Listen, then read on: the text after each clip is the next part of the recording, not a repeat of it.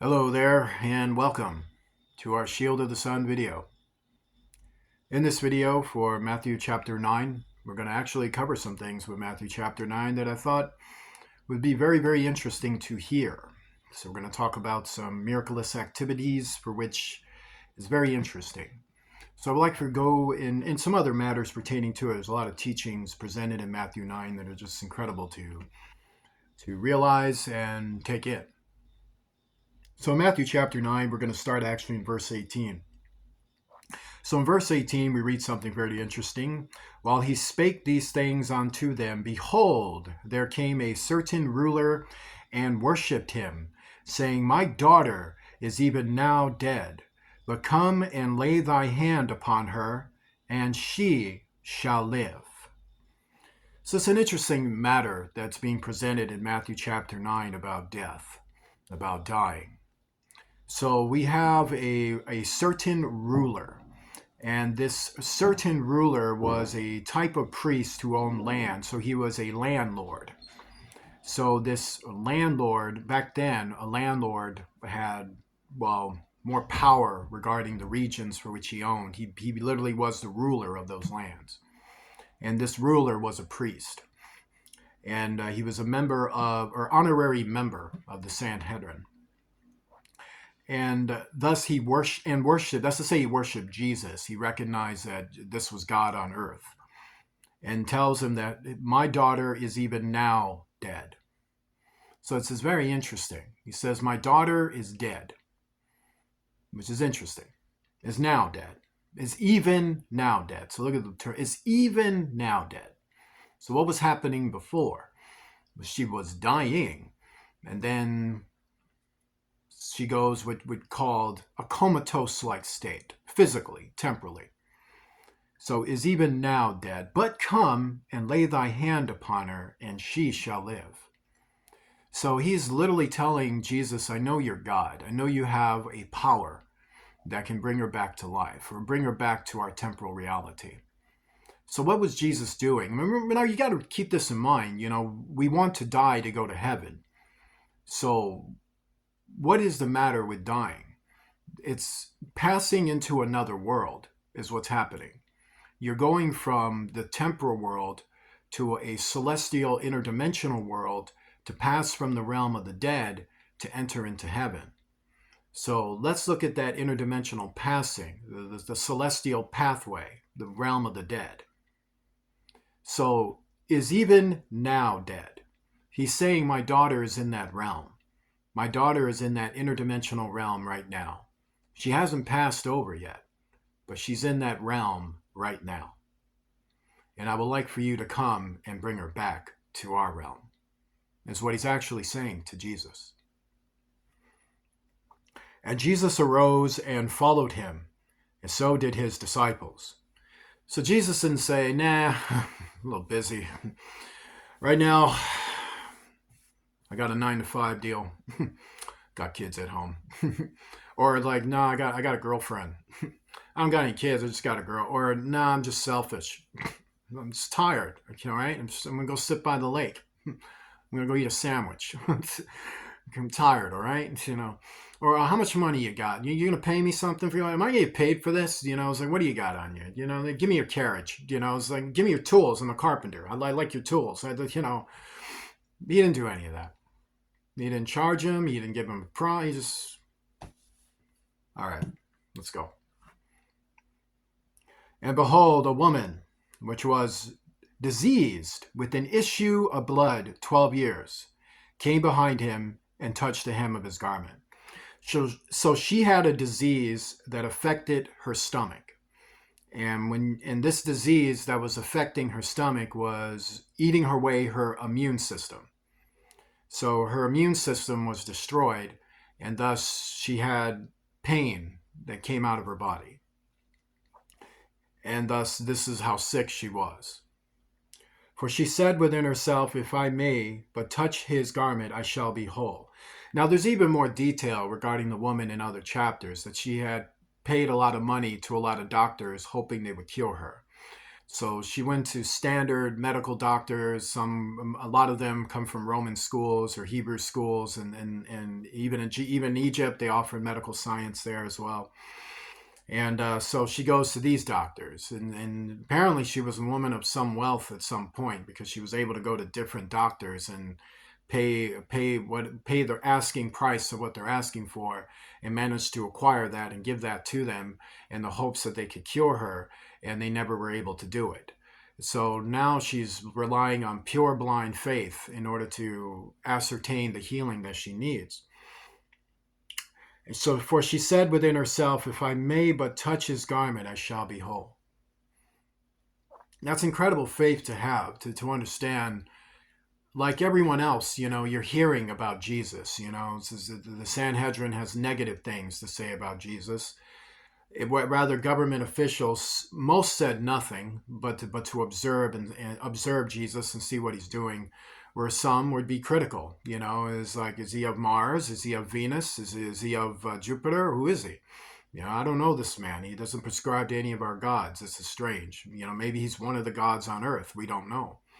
Or with the Hebrews, they either knew who he was or they were opposed to him. A lot of the priests called him a blasphemer, but then other priests like this man and even other ones said he's the Messiah. He's the one that will heal. So there was a divided issue, so you're running into divisional understanding. There's half the crowds, no matter what cultures, their race they are, love Jesus. And the other half, no matter what race or culture they are, they don't like Jesus. So here's this woman now who's got to decide, which feeling are you going toward? So she goes toward the belief that this is God. And in that belief, in that minute second of that belief, she's going, man, if I just touch that garment right there, I know I'll be healed. Let's try it. But Jesus turned him about, and when he saw her, he said, so now at this point, she touches the garment. And then Jesus is like, and then in the stories is expanded in others, who touched me? Who touched me? And so they're like, yeah, I didn't touch you. How can you ask? There's so many people. I didn't do it. And then all of a sudden, she feels conviction. She's like, I just had to. I just had to, And so of course, Jesus is a sanctified being. Just go up and start touching him, But he knew why she did it. He knew the true intention behind her, that it wasn't about offending him, and it wasn't about using him, and it wasn't about taking something away from him. And so, and if it was, it wouldn't have worked.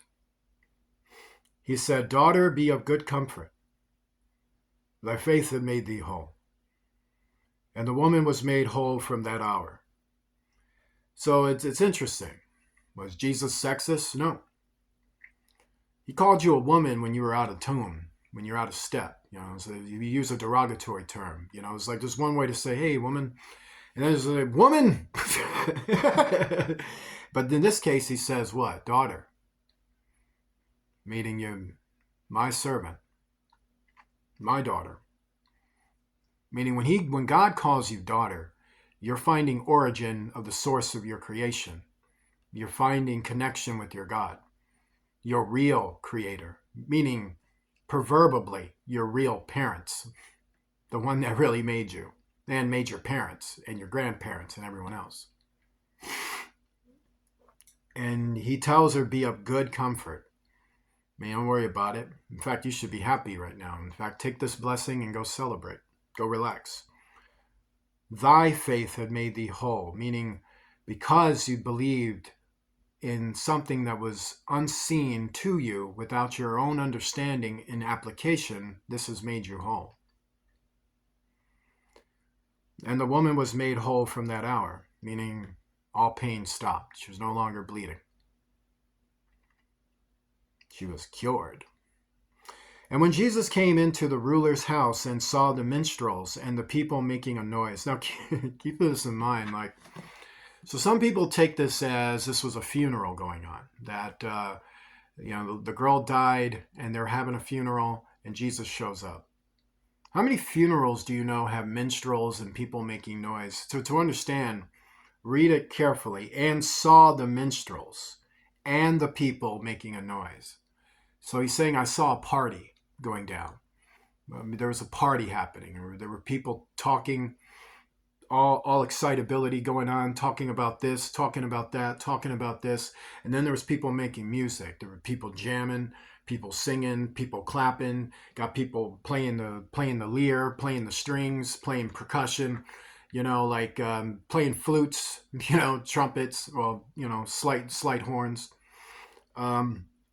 doing that.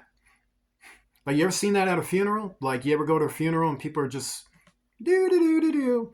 Ain't too many funerals like that, right? I mean, usually no.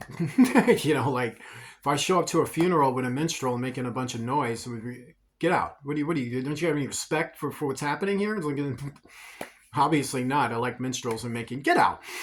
Well, to understand, and Hebrew funerals are like that too. Remember, they're solemn. You mourn 40 days, 20, whatever is prescribed by the priest. You're mourning it. So that's not what's happening here. There's no mourning going on here. There's a party going on here, and this girl, according to the father, is even now dead. So this girl is even now dead, and we explain what happened to this girl, that this girl is actually in the void. She's in the realm of what's called the spirits, the familiars, and the judgment. And for those that are held in that place until a judgment falls or the culmination of God's sign, miracle, and wonder is culminated with them. So this tells you about the realm of the dead, which is described in the Bible. It's one of those areas that gets destroyed according to the book of Revelation, and it's the place that you meet before heaven or hell. And some people go straight to heaven, some people can go straight to hell, and some people can go into something like this and be reserved for a sign, a miracle, and wonder from God, and the reality of God's control over the matters of death, the afterlife, and when you pass through, and his control of the interdimensional spheres of those worlds. So we have that too described in the Bible. So it isn't always a clear case of you go to heaven or hell. That is the case, but to understand, there are things that happen after death within the supernatural realm where a court proceeding for a sign, wonder, and conversation is held in reserve and in the stasis of its sphere in order for something to happen to show forth God's dominance over all life and death, and that God holds the judgment of the ultimate decision to say, you go to heaven, you go to hell. We might have to hold you here for a bit because we might have to talk to you. We might have to solidify your faith. We might have to get you to understand who you truly believe in before you're going to pass on over it into heaven or hell. We want to make sure that you understand that you are a child of God or not by what God would like for you to do before you pass over. Or I'm reserving you and holding you here for a miracle because I'm going to send you back to earth. So I just want you to hang here for a bit until we send you back.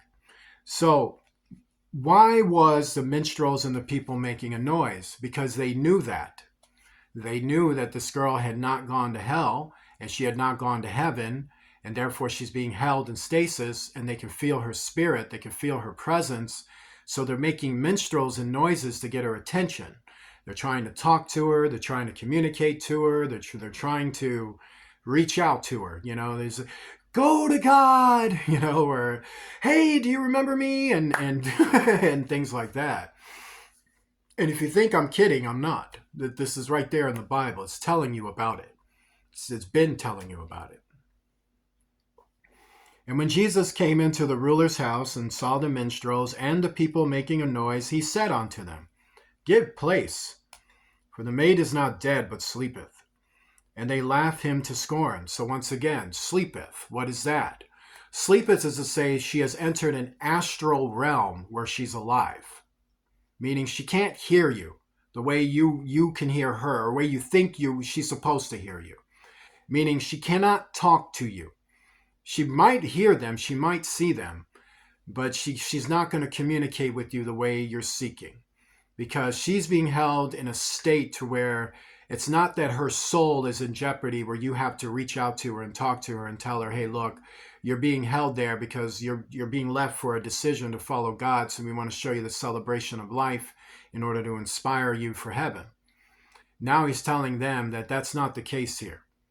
You know, the case here is that she's wandering in the astral realm in that interdimensional point of dead because her mind has traveled there. So her mind is being held in the stasis of her being at the realm of the dead at that point. She's not suffering. She's not in going through anything, but she walks in a state for which she is in a world that you cannot see. And in that world, she's awake and wanders, where from our perspective, she's on the bed, dormant and sleeping. Where she's really at, she's just simply there to await this coming of this understanding of what she's about to be used for.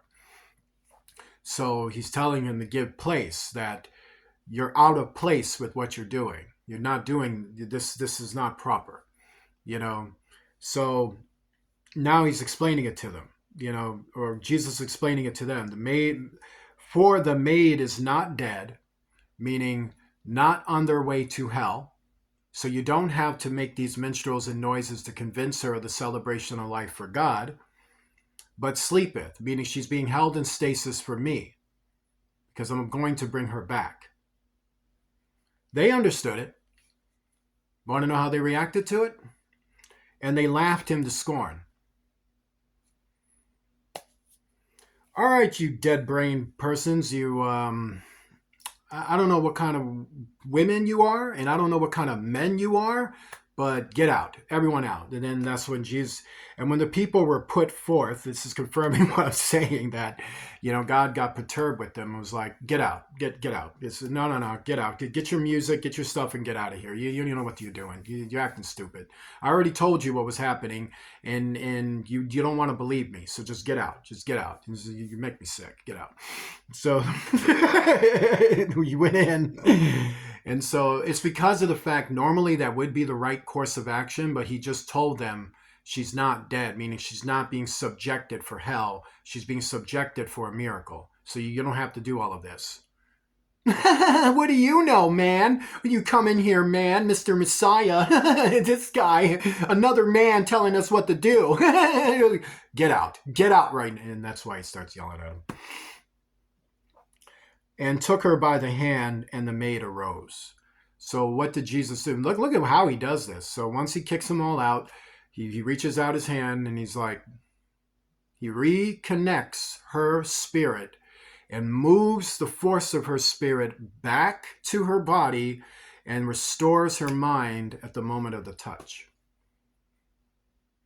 This, just by touching her, he did all of that.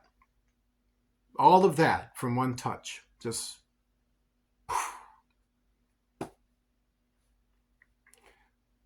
And the maid arose, and the fame hereof went abroad into all that land. Amazing. We'll be studying more on Matthew 9 in our next video. Join me in a prayer. Lord Jesus Christ, I pray, Lord, to deliver us from evil, and wherever we may find it, to help each and every one of us to be restored, to help those here among us, Father God Almighty, to draw closer to you, to forgive them of their sins as we do forgive those who have sinned against us, to help each and every one of us to become the men and women you called us to be, and that we hold no grudges or evil toward none. In Jesus Christ's name, amen. If you'd like to donate Shield of the Sun, please do so using Cash App, the $ Shield of the Sun, spelled in small case letters, closed together. Be immensely blessed for doing so. I want to tell you God bless you, and I will. See you soon.